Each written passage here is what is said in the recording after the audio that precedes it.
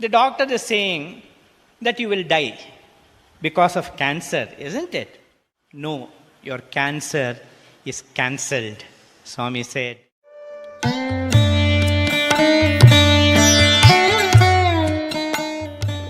When a classmate of hers came to her and said, Kamakshi, I know what's your problem, but I also know somebody who can cure your father.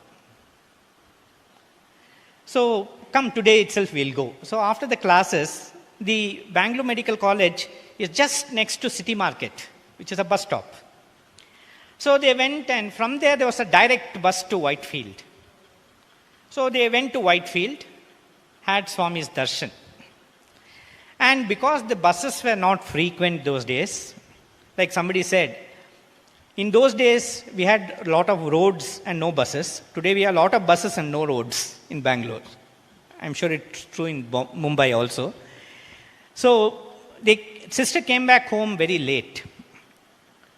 In those days it was not common for young girls to go out like that and come back late. So my father asked her, what happened? Why are you late? Then my sister said, Father, I had gone to see somebody. He is God. He will cure you. You come. My father said, what are you speaking? Then she explained to him, see, I went to see somebody called Sai Baba. He lives in a place in a suburb called Whitefield, and he is known to cure a lot of such illnesses. He'll definitely cure you. You come. My father, in a typical fashion in my mother tongue, podi podi idella namba maata, he said. It's typical, like, I don't believe all this nonsense. His logic was, see, I have always been a devotee of God. It is not as if I was agnostic or did not believe in God. I was always a devotee of God, and I have always been honest and sincere with my work. So if that God whom I have worshipped all these years is not going to save me, do you think this new Sai Baba is going to save me? No, I don't believe all this. And my sister tried her best. Father wouldn't budge. He said, no, my time has come. Leave me. But when God decides to save you, He decides to save you, that's all. It's not because of any good things we have done, merit we have done, not because of some achievement of ours that He is going to save us. He is going to save us because He is mercy incarnate. He has decided to save us, that's all. So, a week later, a letter comes from my father's office. He was working in a central government agency, and the doctor says, the letter says, please come to the office personally. You have not come for 6 months, so we don't know whether the salary is really going to you. So physically you have to appear and take the salary. My father was in a terrible plight. He was struggling, but at the same time he could not avoid going because salary had to be taken. So he went, traveled about 35 kilometers, caught 3 buses and went to that place. And when he went there, the director who was from Delhi called him, spoke to him and said, how are you now, Tyagaraj, and all that. And my father told him, the doctors have said that any minute I will die. Then the director said, how did you come? I came by bus, sir. I had to catch 3 buses and come. Okay, do this. There is a professor who has come from abroad who wants to see somebody called Sai Baba. I don't know Bangalore much. Since you know Bangalore very well, take this person with you. It seems it's in a place called Whitefield that Sai Baba resides.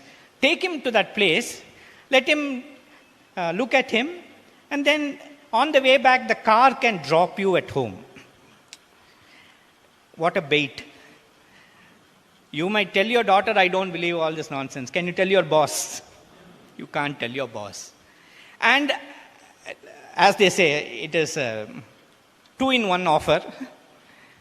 You can't refuse the boss, and the boss is saying the car will drop you at home. Wow, that is another attractive offer. So father said, okay. So from there, they went to Whitefield. They had absolutely no idea of Swami, darshan timing, nothing. So as they entered the gates of Vrindavan, they found that Swami was returning after darshan. He was going through the inner gates. My father had told my sister, I don't believe all this nonsense and all that. But when the Sai Baba name came back into the conversation, somehow something, stirred in his heart. They say a dead man clutches at a straw. The slightest hope you get, you want to hang on to it. So he was happy, but he saw Swami going away from him. He said, there, my hopes are receding. At that time, Vrindavan was full of trees, very beautiful place. And this other professor who had come said, it is so peaceful here, we have come so far, let's sit down here for some time.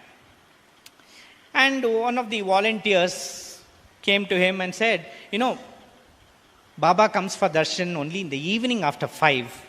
So you can go and come back in the evening. They said, we will sit for a few minutes and go.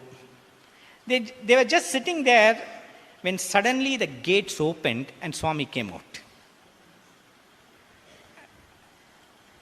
Swami came out straight to where they were sitting, straight. And as he was approaching them, even when he was about 10 feet away, Swami was talking something. So my father immediately looked at the professor. He's the devotee. I don't know him at all. It must be to him. But Swami was talking in an Indian language. Swami was talking in Kannada. Swami was asking, why did you have 25 operations? Now my father knew it must be him only. The doctor is saying that you will die because of cancer, isn't it? No, your cancer is cancelled. Swami said, created prasadam and gave it to him. And my father was so thrilled that he knew somebody telling for the first time he's come, and Baba walks straight to him and says, your cancer is cancelled. How does he know I have cancer? How does he know I underwent 25 operations? If he knows this much, he must be powerful enough to cure me. See, that was the faith. And Swami blessed him and returned back. And returned to the mandir. My father came home, he told all of us, and we were all jubilant. 1 week later, he had gained enough strength to go back to office. And he was completely cured of cancer. He went back to work and he continued his work. In fact, he retired in that job. He came to Swami. He became a Samiti convener. He came to Swami one day for an interview with many people, to Prashanthi Nilayam. And Swami looked at them and said, tomorrow I'll talk to you. Now the next day happened to be my father's retirement day. So my father said, if Swami has told he's talking to me, I'll be there. And so he stayed there. Swami called them for interview. He looked at my father and said, what are you doing now? My father said, Swami, I'm supposed to retire today. The government has asked me to go on a deputation to Iran. Swami said, no, times are not good there. Don't go now. I will give you a job. And so Swami took him to Vrindavan in the Sanatan Sati press. My father joined in the press. He worked there. When the press shifted to Prashanthi Nilayam, my father also shifted. He stayed there and he lived. And when he passed away because of old age. How old was he? He was 89 years when he died. Swami had not only cured him, Swami had extended his life by 39 years.